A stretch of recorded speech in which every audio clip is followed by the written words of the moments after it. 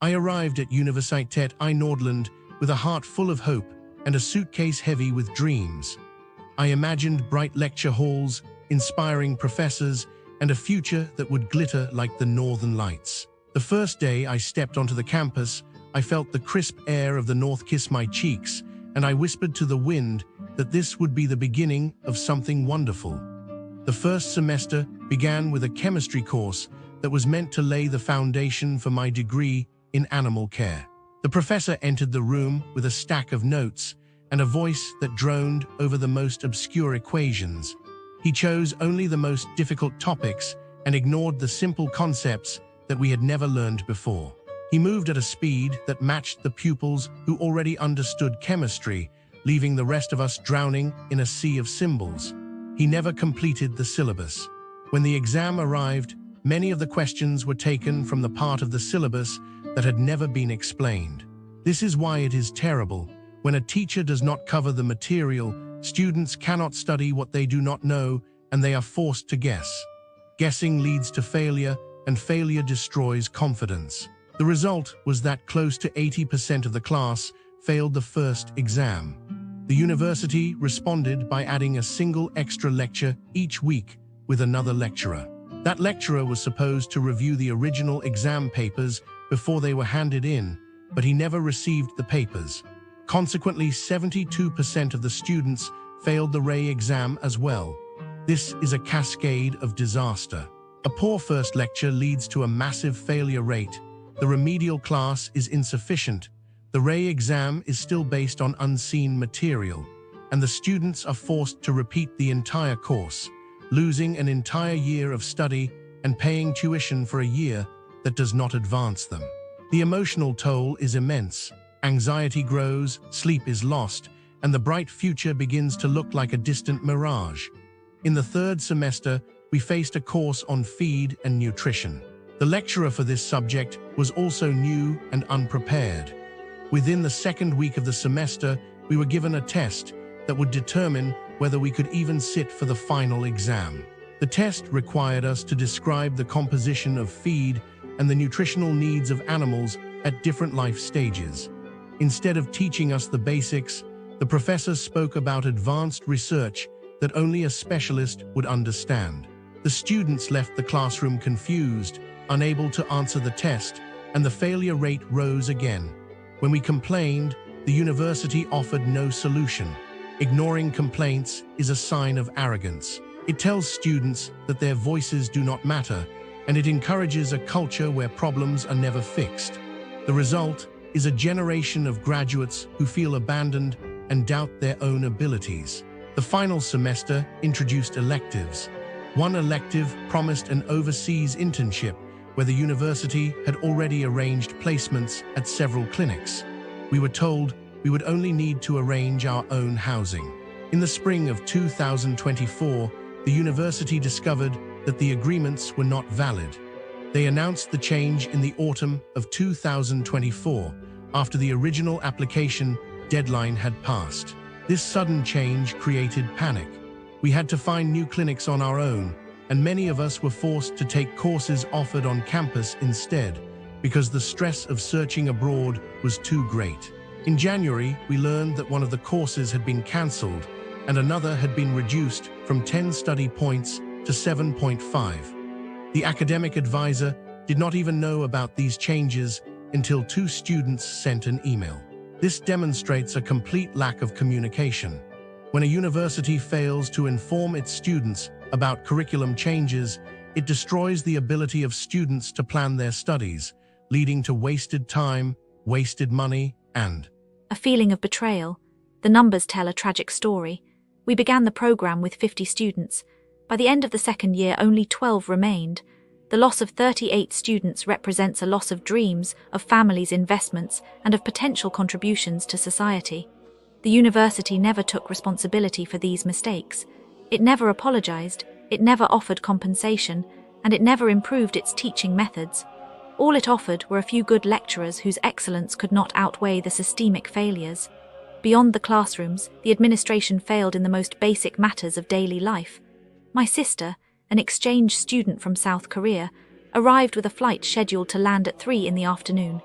She was told that the dormitory keys would be handed out at that time. She arrived at the airport, bought a ticket, and then was forced to spend the night in a hotel because the university never gave her a key. The next I was looking into crimes near Universitetet I Nordland because my cousin wanted to visit for 2 weeks, and I do not want her crying on the phone like I did last winter. The shops around the campus, you know, the little clothing booths in Arcaved, they feel safe, like nothing can bite you. But one Saturday evening a woman in her 50s walked into one of those sparkly stores, stuffed a sweater under her own coat, and walked out smiling. Security cameras saw everything. Police stopped her near the bus stop, gave the sweater back, and probably told her do not come back. I predict she still rides that same bus every weekend, still sits in the back seat, still touches the fabric on the racks when no one watches. And the store now counts every item twice. So if you go in and carry 5 tops to the fitting room, they will count them again when you leave, making you feel like you already did something wrong even if your hands are empty. Another Wednesday, 2 different little shops close to Universitetet I Nordland got hit by the same trick. The news only says fraudsters active, but I fill the silence for you. A guy buys a cheap phone case, pays with a big note, gets real change, then says sorry, I have a smaller bill, give me back the big one. And somehow he leaves with both the case and extra cash because the cashier gets dizzy with fast words. I predict the cashier cried in the staff room, blamed herself, and the manager still has not bought that better cash machine that beeps when numbers do not match. So next tourist, maybe you might balance the same coins while someone faster than you talks. These stores near Universitetet I Nordland look tiny and kind, but counting is your only friend. Count your change, count your items, count the seconds you spend inside, because the cameras watch yet the tricks still breathe. Businesses near Universitetet I Nordland feel like they were designed by someone who once overheard the word service in a bad dream and decided to try the opposite. The moment you step off campus, you are handed a menu of mild disappointments that masquerade as commerce, shopping centres that forget to put staff on the rota, cafes that treat coffee as a practical joke, bars that age-check you for breathing too loudly, and electronics shops that chase you down the street because the colour of your passport triggered an ancient Nordic alarm bell. In short, the neighbourhood treats every transaction as a social experiment in how much polite Scandinavian silence a customer can swallow before crying. Let me walk you through the evidence, because I still cannot believe the same small town managed to fit this much creative malpractice between the fjord and the student parking. Picture City Nord, the local mall that greets you with a glowing promise of everything under one roof, and then immediately hides half the shops behind broken touchscreens and a staffing level that would make a ghost town feel crowded. Parents arrive with toddlers who only want 10 minutes on the indoor playground, only to find the gate padlocked for so many consecutive seasons that the plastic slide has started to look like a museum artifact.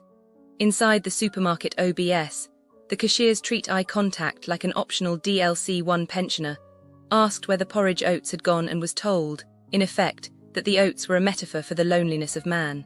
Another shopper, 55 years young, set off the security gate on exit and was escorted back as if caught smuggling the Mona Lisa out in a reusable bag. The management never apologized, they simply stared at him the way you stare at a puffin that has wandered into church. When hunger strikes, you might drift toward Melkebaren, the campus-adjacent cafe whose name promises wholesome milk and whose reality delivers a masterclass in how to burn water. The baristas, dressed like they are auditioning for a silent film about indifference, will let you stand at the counter long enough to memorize the grain of the wood. One international student waited 20 minutes for a black coffee that tasted like it had been filtered through yesterday's newspaper. When he dared to ask if the delay was normal, the staff replied by laughing among themselves in Norwegian, a language specifically evolved for excluding outsiders. Milkshakes arrive in cups that shrink every semester, so a double latte now holds roughly the same volume as a dentist's rinse cup, except the dentist at least pretends to care about your comfort. A local couple once ordered 2 milkshakes and watched the machine birth a pale spiral that wriggled like it was trying to escape. The cashier warned them, it must not be stopped, which is exactly what you want to hear about dessert. Nightlife, allow top 13 bar and lounge to disappoint you in new and spectral ways.